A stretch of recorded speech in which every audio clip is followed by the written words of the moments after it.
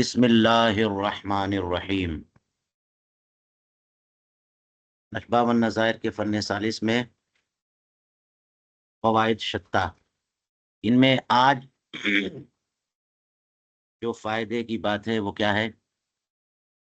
ایک سوال ہے، اس کا جواب، اس پر استدلال۔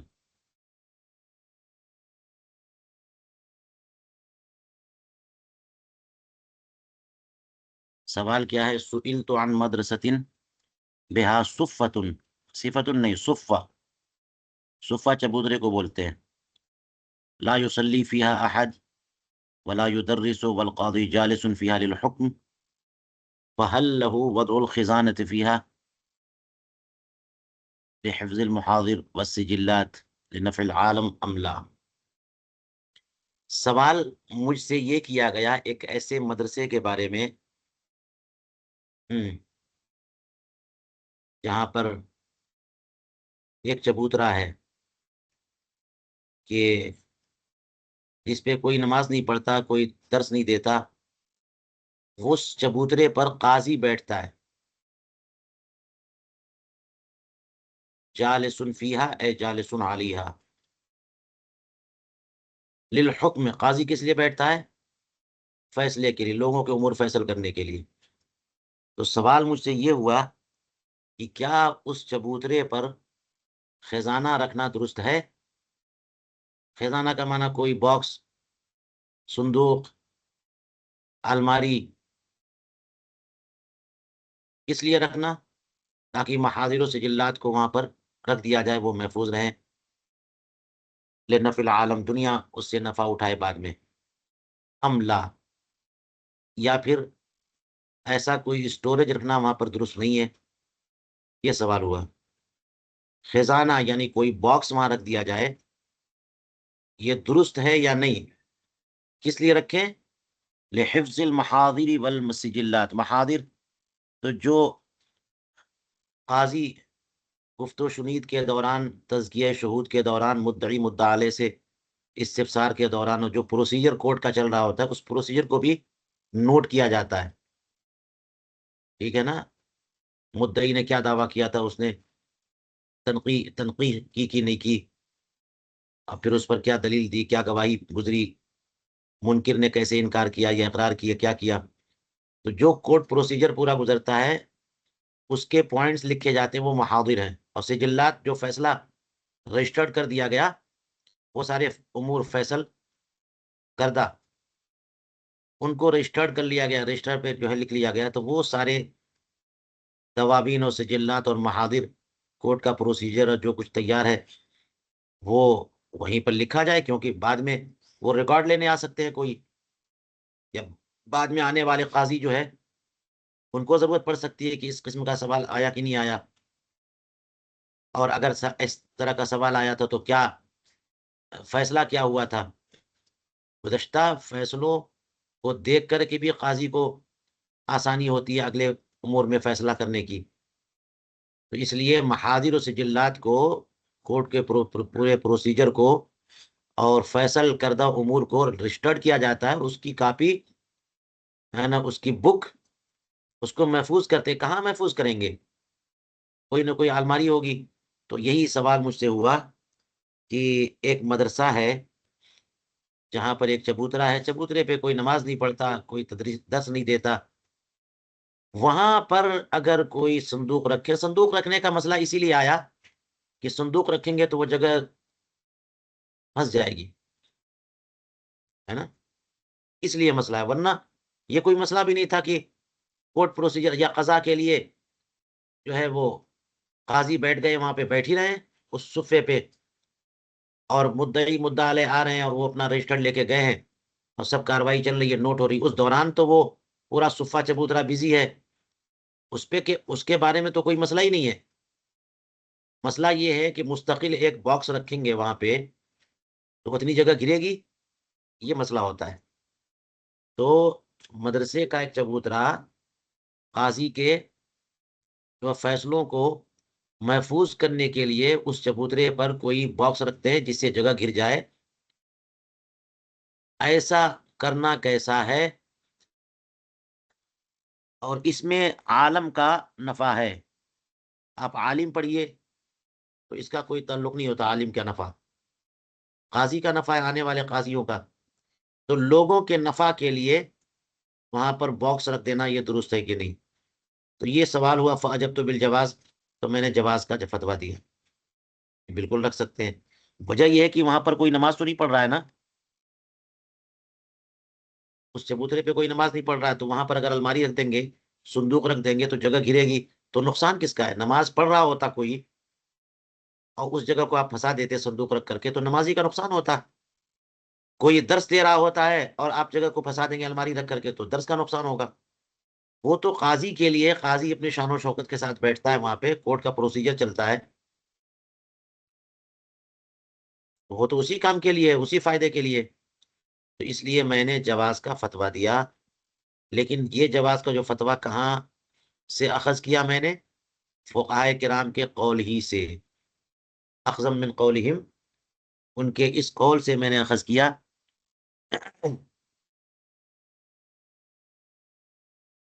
لو ضاق الطریق علی المارہ،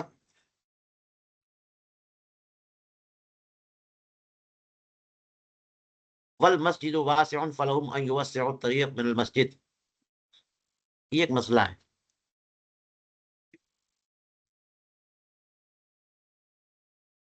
اب یہ کہاں پر ہے، اس کا حوالہ تلاش کرنا چاہیے. من قولہم کہا نا،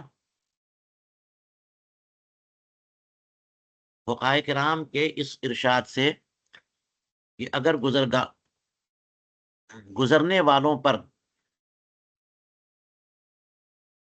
راستہ تنگ ہو جائے اور مسجد بڑی کشادہ ہو، تو گزرنے والوں کو حق حاصل ہے کہ وہ راستے کو، مسجد سے راستے کو وہ ساتھ دے دیں، یعنی مسجد سے گزریں.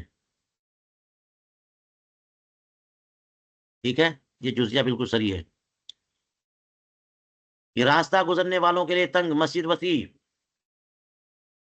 تو مسجد سے کچھ حصہ لے کر کے گزرگاہ بنا لیں. یہ تو ہے.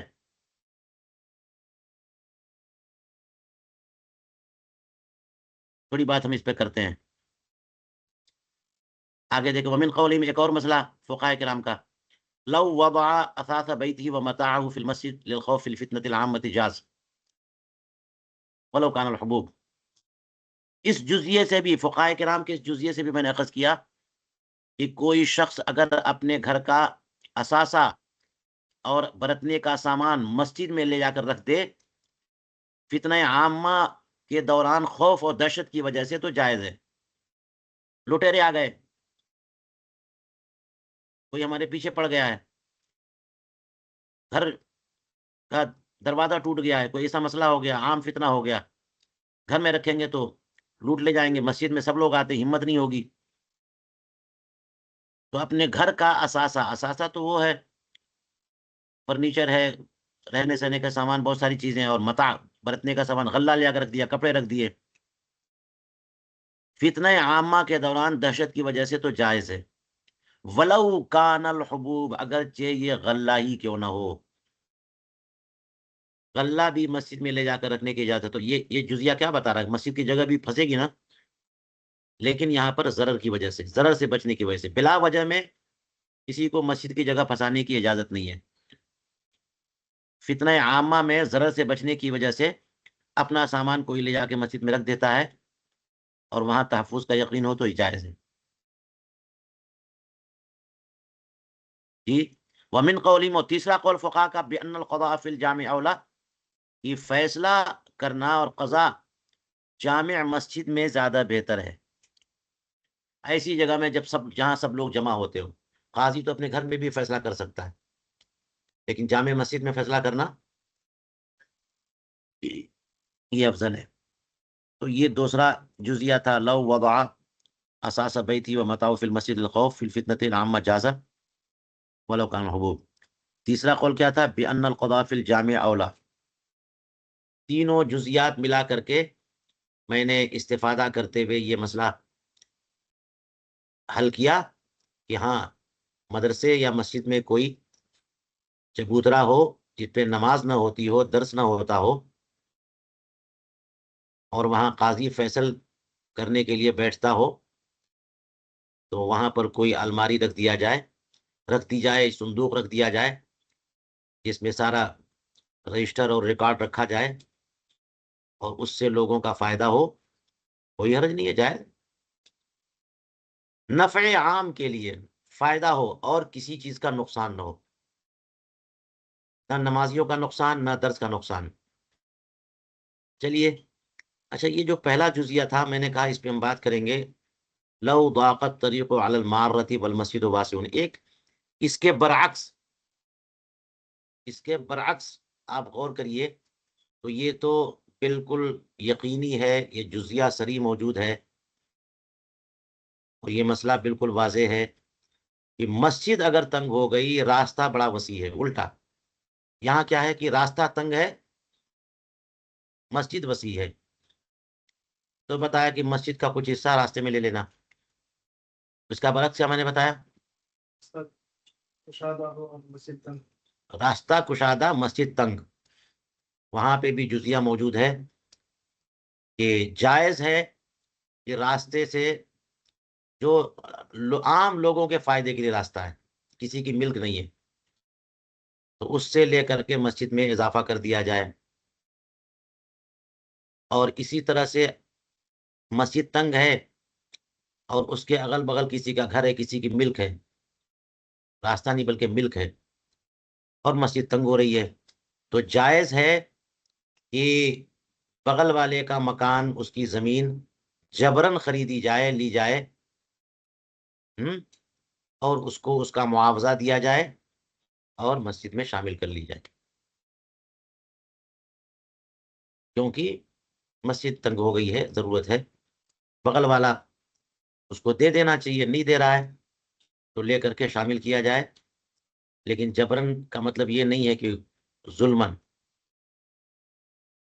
اس کا معاوضہ اس کو دے دیا جائے۔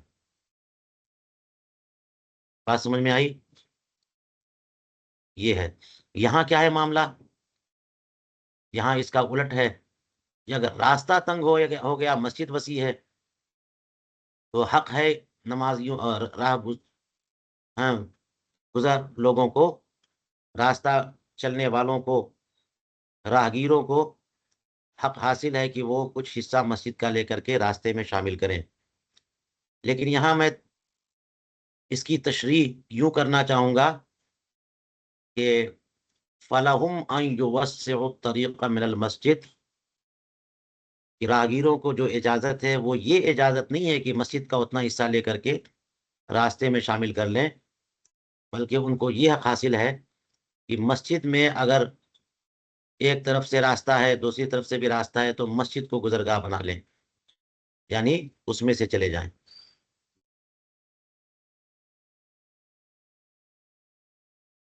یہ نہیں مطلب ہے کہ مسجد کا اتنا حصہ لے لیں اور راستے میں شامل کر دیں، یعنی مسجد مسمار کر کے، توڑ کر کے اتنا راستہ جو ہے نا ہائی وے یا روڈ بنا لیں، گلی کوچے میں لے لیں، مسجد سے کے اندر سے گزر سکتے، یہ مطلب ہے۔ فَلَهُمْ أَنْ يُوَسِّعُوا الطَّرِيقَ مِنَ الْمَسْجِدِ، یہ بات ہماری یاد رکھیے گا، ورنہ وقف کردہ جائیداد کی ہیئت کو بدلنا ناجائز و حرام ہے۔ مسجد کو اس کی ہیئت سے بدلنا، یعنی ہیئت سے بدلنے کا مطلب یہ ہے کہ نماز کے لیے وہ جگہ تھی، آپ اپنے گزرگاہ کے لیے بنا دیا، یہ ناجائز و حرام ہے، نہیں کر سکتے کسی وجہ سے بھی، ورنہ جناب فتویٰ نہیں دے دیا جائے گا۔ ہندوستان میں کتنا مسئلہ ہوتا ہے، مسجد ہے اور راستے میں آ گئی، کانپور کی مسجد کا مسئلہ یہی ہوا، راستے میں آ گئی، گورنمنٹ نے لینا چاہا اور بعض لوگوں نے اجازت دے دی کہ ہاں ٹھیک ہے، اس کا بدل دے دیجیے، فتویٰ اس کے برخلاف۔ تو جو مسجد وقف کی جا چکی ہے نا، اس کو بدل نہیں سکتے، اس کو روڈ میں شامل، اس کا بدل بھی نہیں لے سکتے، ورنہ بابری مسجد کے نہیں ہو جاتا کہ ٹھیک ہے چلو اس کے معاوضے میں کچھ دے دو، یہ مسجد چھوڑ دیتے ہیں، جو مسجد ہے قیامت تک کے لیے مسجد ہے وہ، تو مسجد کا کچھ حصہ لے کر کے روڈ میں شامل کر لینا یہ جائز نہیں ہے۔ تو یہاں کیا مطلب ہے کہ فَلَهُمْ أَن يُوَسِّعُوا الطَّرِيقَ مِنَ الْمَسْجِدِ، راستے کو یہ لوگ مسجد سے چوڑا کر دیں۔ اس کا مطلب یہی ہے کہ راستے سے گزر نہیں پا رہے ہیں، بھیڑ آج زیادہ ہو گئی ہے، یا روزانہ بھیڑ زیادہ ہو جاتی ہے، تو جتنے لوگ راستے سے گزر جائیں، باقی لوگ مسجد سے گزر جائیں۔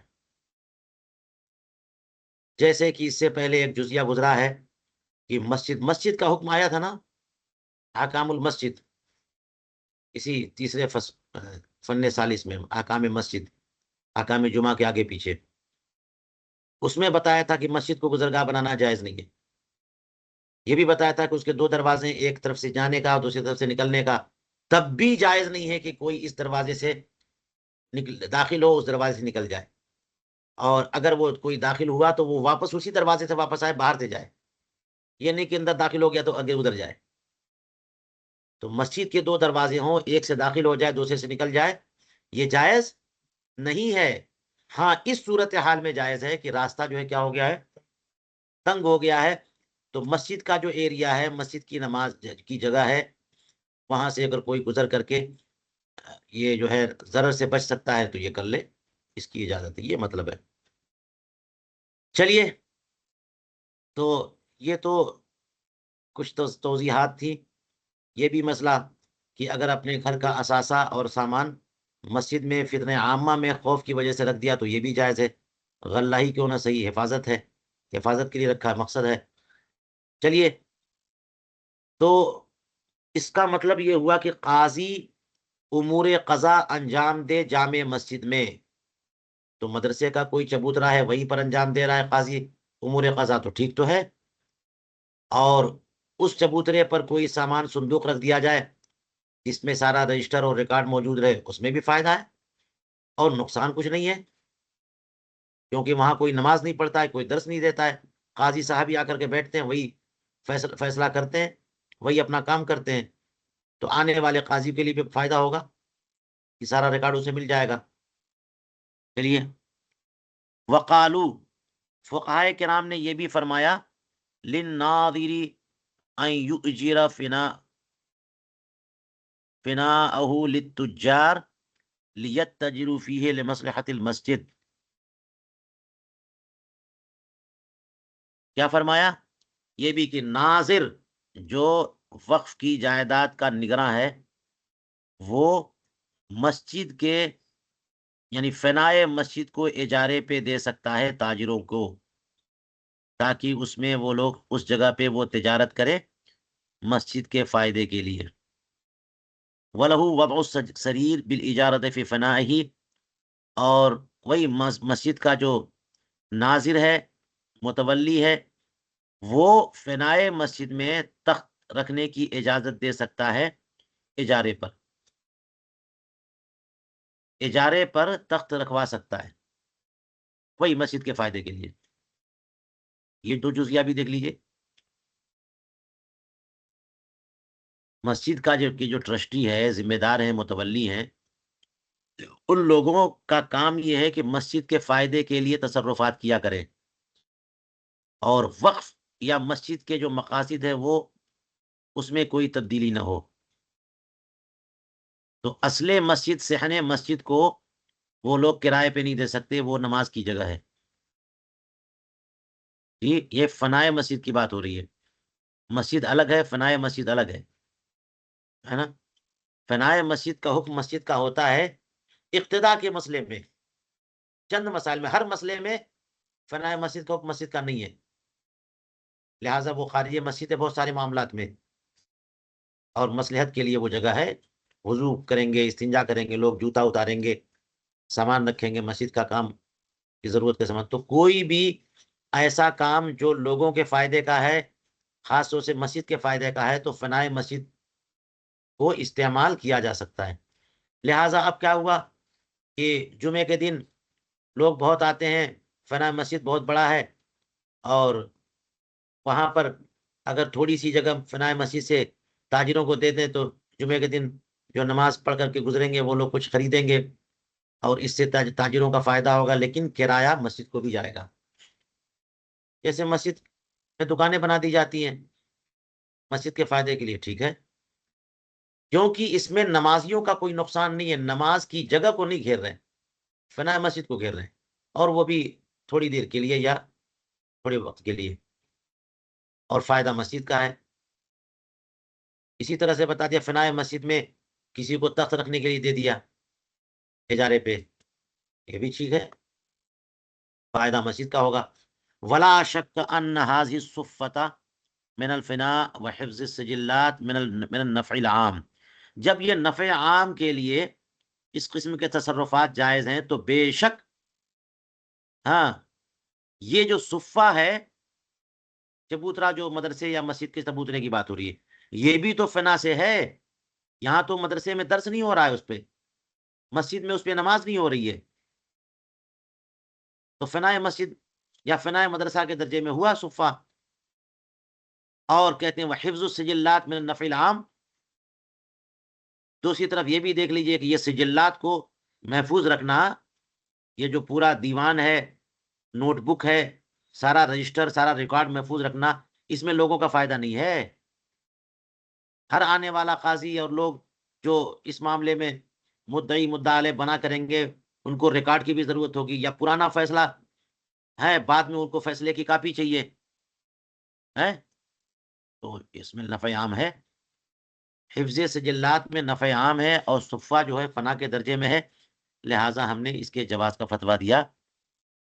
فَهُمْ جَوَّزُوا جَعْلَ بَعْضِ الْمَسْجِدِ طَرِيقًا لِلدَّفْعِ لِلضَّرَرِ الْعَامِ وَجَوَّزُوا اشْتِغَالَهُ بِالْحُبُوبِ وَالْأَثَاثِ وَالْمَتَاعِ دَفْعًا لِلضَّرَرِ الْخَاصِ، تو فقہائے کرام نے ضرر عام دور کرنے کے لیے مسجد کے بعض حصے کو راستہ قرار دے دیا کہ گزر جاؤ، راستہ قرار دینا جائز قرار دے دیا، اور اسی طرح سے ضرر خاص دفع کرنے کے لیے فقہائے کرام نے مسجد کو لوگوں کے سامان، اثاثہ، مال، غلے وغیرہ سے مسجد کو مشغول رکھنے کی اجازت دے دی، کہ اتنا حصہ مسجد کا لوگوں کے سامان میں مشتغل رہے، کوئی ہے نہیں ہے لے جاؤ، ضرر خاص دفع کرنے کے لیے فتنے کے ایام میں جو بتایا۔ اسی طرح سے اور دیکھ لیجئے فقہائے کرام اور کتنی اجازت دیتے ہیں، جوزوا وضع النعل علی رفہ، مسجد میں جو صندوق بنا ہوا ہے یا الماری بنی ہوئی ہے، جو الگنی وغیرہ ہے جس پہ سامان رکھتے ہیں، ایک دیوار سے دوسری دیوار میں رسی باندھ کر کے کپڑا رکھ دیتے ہیں، تو اس طرح سے کوئی صندوق ہے یا الماری بنا دی، وہاں پر جوتا رکھنے کی اجازت دیتے ہیں؟ کیا مسجد جوتا رکھنے کے لیے بنائی گئی ہے؟ نہیں، تو جو لوگ نماز پڑھنے آئیں گے وہ جوتے پہن کر آئیں گے، چپل پہن کے آئیں گے، ان کا جوتا محفوظ رہے، سلامت رہے، اس لیے لوگوں کے فائدے کے لیے لوگوں نے، مسجد کے ذمہ داروں نے اسی فنائے مسجد میں کیا بنا دی؟ الماری بنا دی، سامان رکھنے کے لیے جگہ، جوتا رکھنے کے لیے جگہ بنا دی، یہ نفع عام ہے کہ نہیں ہے؟ وَصَرَّحُوا بِأَنَّ الْقَضَاءَ بِالْجَامِعِ أَوْلَىٰ مِنَ الْقَضَاءِ فِي بَيْتِهِ، اور یہ بھی صراحت فرمائی فقہا نے کہ جامع مسجد میں لوگوں کے مسائل کو فیصل کرنا یہ بہتر ہے اس سے کہ قاضی اپنے گھر میں قضا کرے،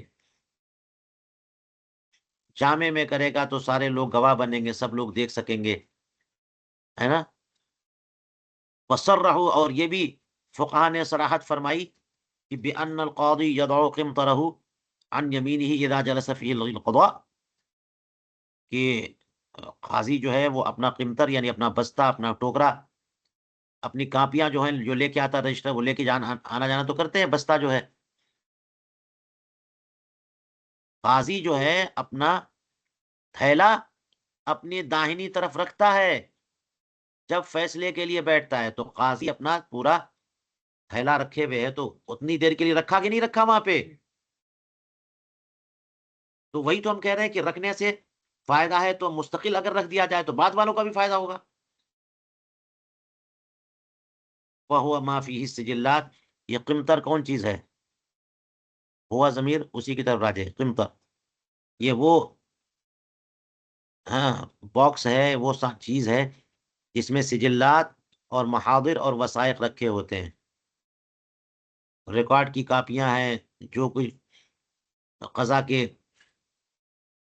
دوران جو کچھ محاضر اور باتیں ہوئی، استفسار اور تزکیہ شہود اور مدعی مدعا علیہ سے تنقیح معاملہ اور وثائق، جو وثائق ہیں، جو معاہدے یا صلح نامے ہوئے، یہ ساری چیزیں اس میں لکھے ہوتے ہیں۔ فجوزوا اشتغال بعضه بها، تو فقہائے کرام نے جو ہے اسی حصے کے بعض، اسی کے بعض حصے کو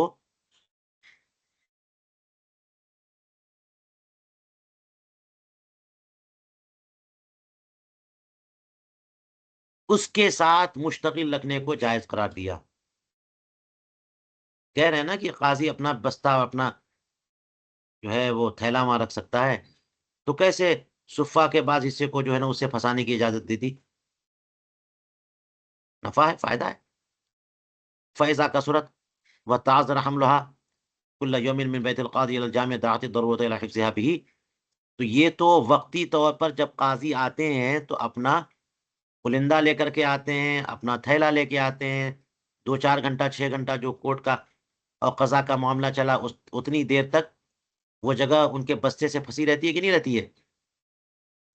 تو جب یہ رجسٹر بہت زیادہ ہو جائے اور قاضی کے گھر لے کے جانا، لے کے آنا مشکل ہو جائے، تو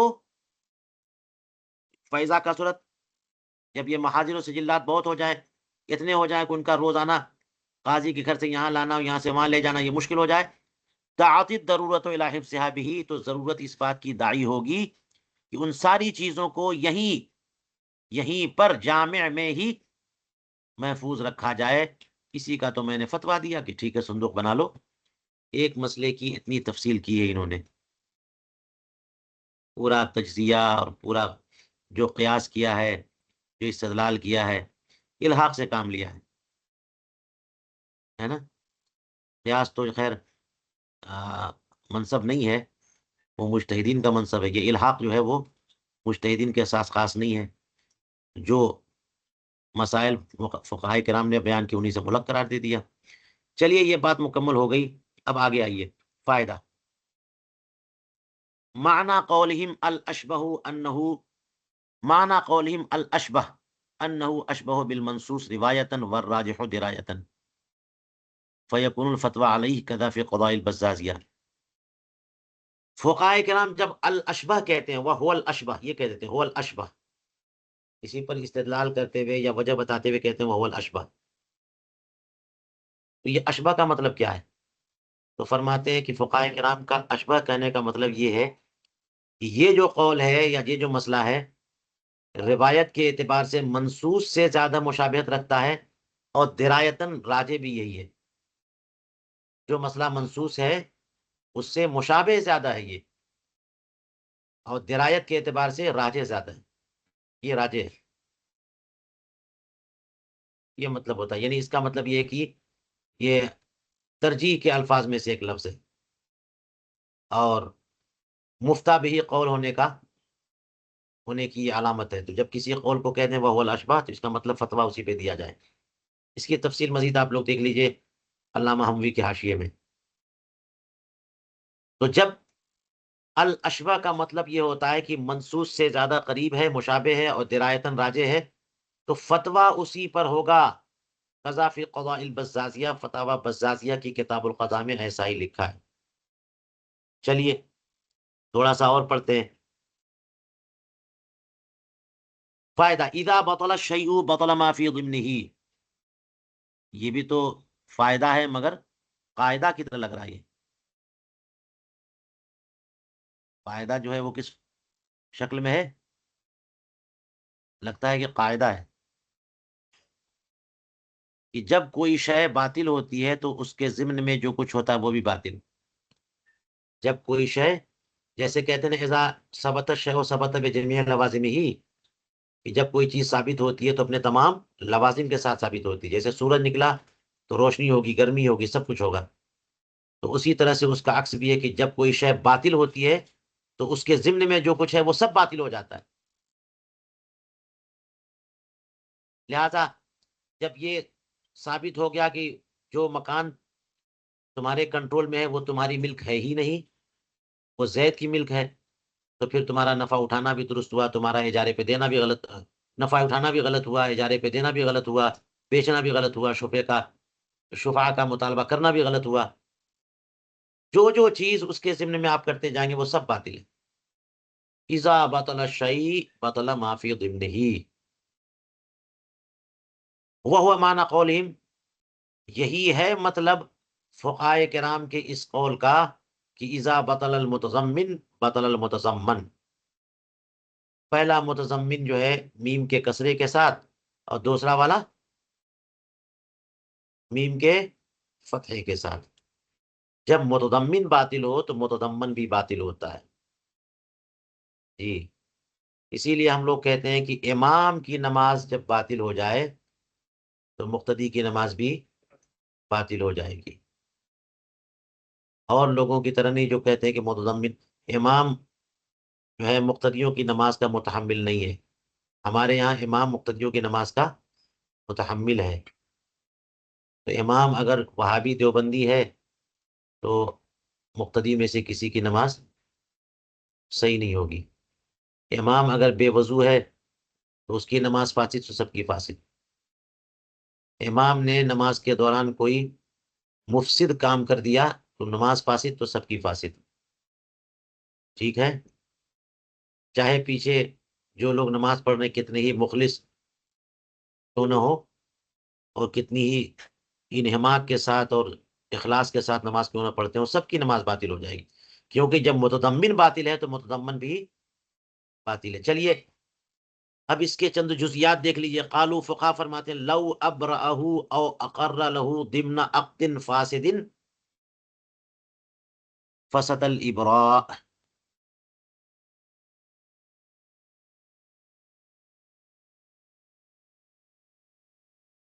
کیا فرمایا کہ اگر اس نے اس کو،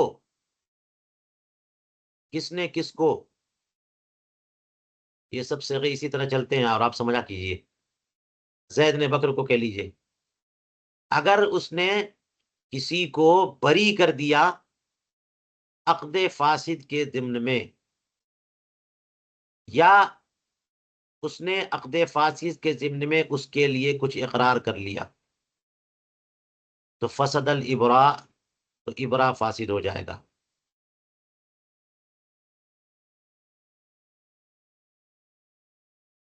جی، بات کیا ہے کہ عقد فاسد ہے اور اسی کے دوران آپ نے ابراء بھی کر دیا تو یہ ابراء عقد فاسد ہی کے ضمن میں ہے، اسی کے نتیجے میں ہے، اسی سے متعلق ہے.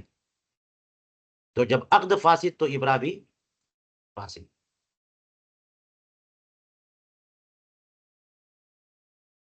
اس کی مثال اگر میں دوں تو یوں دے سکتا ہوں کہ مثال کے طور پہ زید نے بکر کو ایسا سامان بیچا جو ابھی اس کے پاس ہے ہی نہیں، تو جو بیع ما لم یقبض فاسد ہے نا.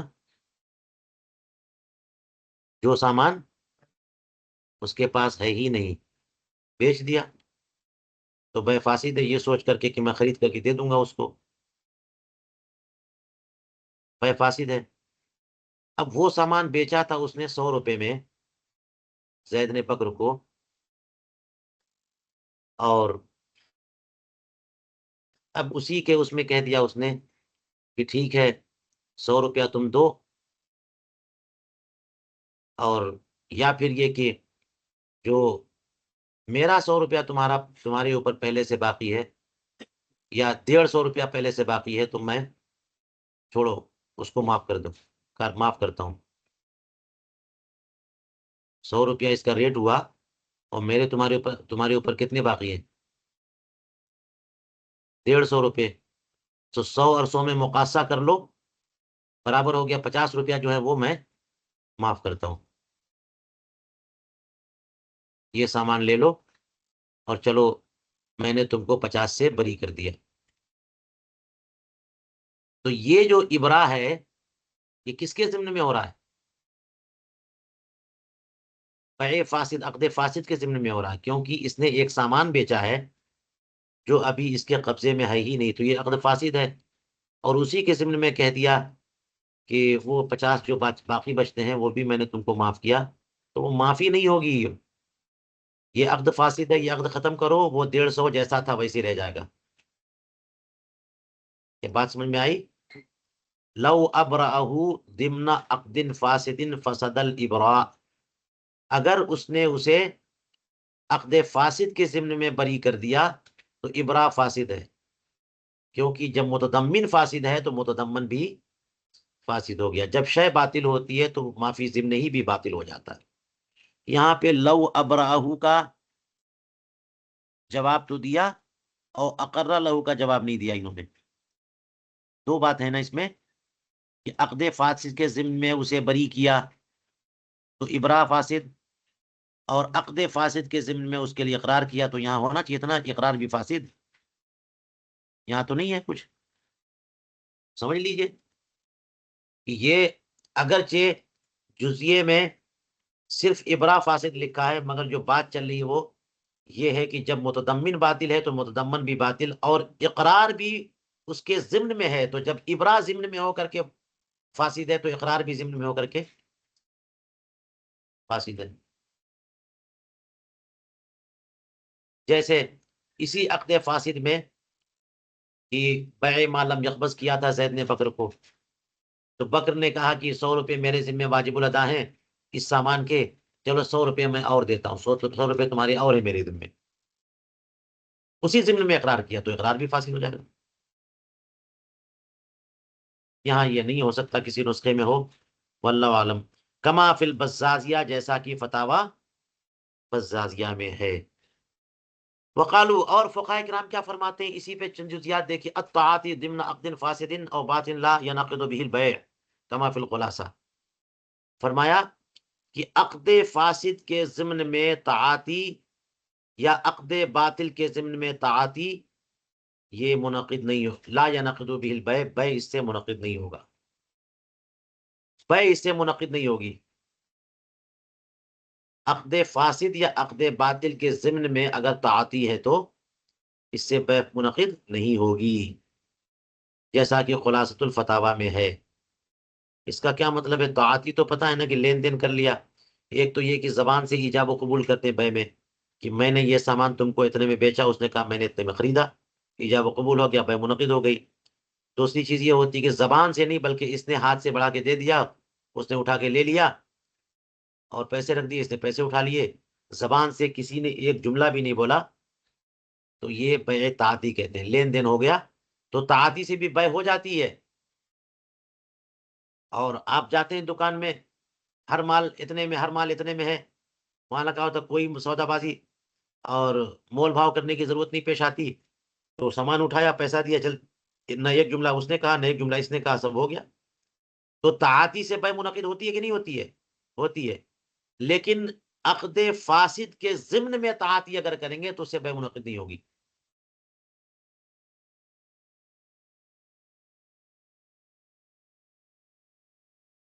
اب اس کی مثال دینی چاہیے کہ عقد فاسد کے ضمن میں طاعتی ہو تو.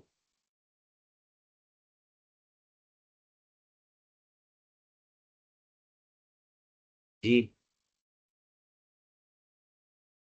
اب آج کل جو بیع ہوتی ہے ڈراپ شپنگ والی، جو بیع ہوتی ہے نا، آرڈر کر دیا آن لائن، اور بیچنے والے جو ہے انہوں نے پورا اسٹوریج کھول دیا ویب سائٹ بنا کر کے کہ اتنا سامان، یہ سامان اتنے کا، فوٹو لگا دیا، ریٹ لگا دیا. آرڈر دینے والے نے آرڈر دیا، لکھ دیا اس نے، تو لکھنا یہ ایجاب ہے، اس نے لے لیا اس کو اور بنا دیا، تو اس کا بنا دینا، لکھ دینا اس کا جو قبول ہے. اور وہ سامان اس کے پاس ہے ہی نہیں ہے، تو پیسہ ابھی دے دیا تو وہ، یا پھر کیش آن ڈلیوری، یہ ہوتا ہے کہ جب سامان ڈلیور کریں گے تو کیش دے دیں گے. تو فقہا فرماتے ہیں یہ فیصلہ ہے آج کل کہ بیع طاعتی کے طور پر جو ہے نا یہ اس وقت مان لیا جائے گا، ورنہ یہ بیع فاسد ہے. خریدنے والے نے خریدا، بیچنے والے نے بیچا، اور بیچنے والے کے پاس ہے ہی نہیں سامان وہ. اب وہ اس کو جب آرڈر ملتا ہے تو پھر وہ فلاں جگہ سے خریدتا ہے اور پھر جا کے شپ کر دیتا ہے. اس کے پاس تو ہے نہیں، تو عقد کیسا ہوا؟ فاسد ہوا. تو عقد فاسد کے ضمن میں یا پھر عقد باطل، عقد باطل کے ضمن میں، یہ باطل وہ ہے جس کا وجود ہی نہیں ہے سرے سے، مال ہی نہیں ہے کچھ اس میں سے، خون کی بہ کر دیا، وہ مال ہی نہیں ہے سرے سے. تو عقد فاسد کے ضمن میں یا عقد باطل کے ضمن میں بے تعدی پائی گئی. تو یہ ڈراپ شپنگ والا مسئلہ اور اس طرح کا کیش آن ڈیلیوری والا مسئلہ، جبکہ جس سے خریدا ہے اس کے پاس وہ نہیں ہے، تو یہ عقد فاسد ہے. اس کے ضمن میں اب کیا ہوا؟ پیسہ دے دیا، اس نے مال بھیج دیا، اور جب یہاں پر پہنچا تو لین دین ہو گیا، لینے والے نے، جس نے آرڈر دیا تو اس نے لے لیا، اس نے ڈراپ کر دیا. تو تعاطی کے طور پہ بے مان لیتے ہیں. اس پہ یہ سوال، یہ جزیہ آئے گا.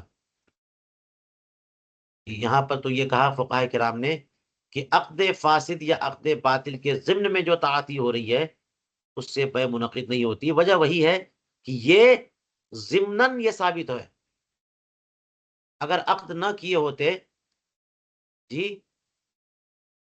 آن لائن یا جس طرح سے فون سے کیا ہے، عقد نہ کیے ہوتے اور یہاں لا کے دیتا، یہ لین دین کر لیتے، بے تعاطی ہو جاتی.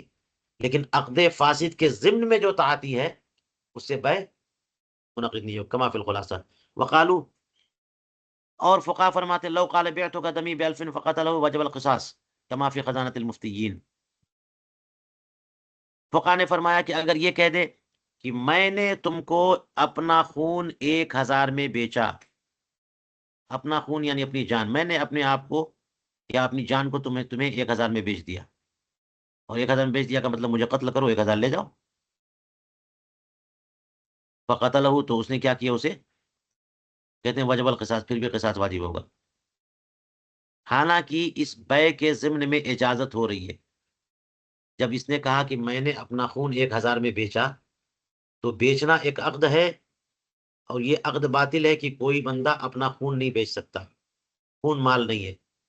تو اس کے ضمن میں کم سے کم اجازت تو ہو رہی ہے کہ وہ کہہ رہا ہے مجھے مار ڈالو، میں نے اپنی جان تم کو یا میں اپنا خون تم کو اتنے میں بیچا، یعنی تم مجھے مار سکتے ہو، مارو.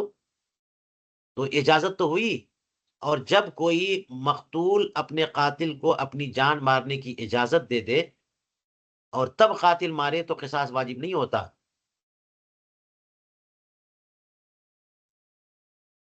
اس نے خود اس کو اجازت دی ہے مجھے مارو، اور اس نے مار دیا تو اس پہ قصاص، یعنی صراحتاً اس نے اپنے آپ کو مارنے کی اجازت دی ہے، اس کی وجہ سے مار دیا. تو اگرچہ تب بھی مارنا جائز نہیں ہے، مگر قصاص واجب نہیں ہوگا کیونکہ صراحتاً اس نے اجازت دی ہے. لیکن جو ضمناً اجازت مانی جائے گی اس کا اعتبار نہیں ہے. وجہ وہی ہے کہ جب متضمن باطل تو متضمن باطل، اور یہاں ضمناً اجازت ہے.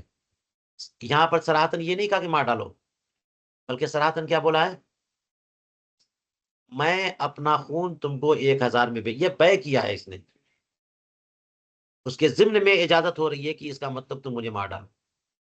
تو جب متضمن باطل تو متضمن بھی باطل. جان یا خون بیچنا یہ متضمن ہے، اور قتل کی اجازت یہ متضمن ضمن میں ثابت ہو رہی. جب متضمن باطل تو متضمن بھی باطل. جب یہ بے باطل ہے تو قتل کرنے کی اجازت بھی باطل ہے. لہٰذا اسی صورت میں اگر قتل کرے گا تو وہ اجازت بھی نہیں مانیں گے اور قصاص واجب ہوگا. فقتلوا وجب القصاص. بات سمجھ میں آئی؟ بعتک دمی بألف کہا، اور جس کو بیچا تھا اس نے قتل کر دیا تو قصاص تب بھی واجب ہوگا، جیسا کہ خزانۃ المفتین میں ہے. ولا يعتبر ما في ضمنه من الاذن، یہ جو خون بیچا تھا 1000 میں، اس بے کے ضمن میں جو اس کو قتل کرنے کی اجازت ہے اس کا اعتبار نہیں ہے. اس بے کے ضمن میں قتل کی جو اجازت ہے اس کا اعتبار نہیں ہے. فإنه لو قال، اس لیے کہ اگر وہ کہنے کے بجائے اگر یہ یوں کہتا اقتلنی، کہ مجھے قتل کر دو، فقتلہ، اور اس کے کہنے پر وہ اسے قتل کر دیتا، تو لا قصاص علیہ، تو قصاص نہیں ہوتا. صراحتاً وہ کہتا مجھے مار ڈالو، مار ڈالتا تو قصاص نہیں ہے، کیونکہ صراحتاً یہ اجازت ہے. لیکن وہاں پر کیوں نہیں ہے؟ لبطلان ہی، یہ لبطلان ہی کا تعلق اس سے نہیں ہے، لبطلان ہی کا تعلق جو ہے اوپر والے سے ہے، کہ پھر بھی قصاص یہاں واجب ہے. لا قصاص، یہاں پہ تو قصاص نہیں ہے، اور یہاں پر پھر بھی قصاص واجب ہے. کیوں؟ لبطلانی، کیونکہ وہ بے باطل ہے، یہ وہ عقد فاسد ہے، عقد باطل ہے. فبطل ما فی ضمنہ، تو جب وہ بے باطل تو اس کے ضمن میں جو کچھ ہے وہ بھی باطل ہے.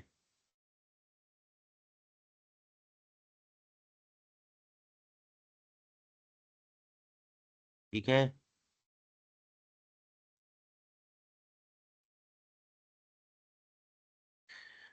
چلیے یہیں تک روکتے ہیں،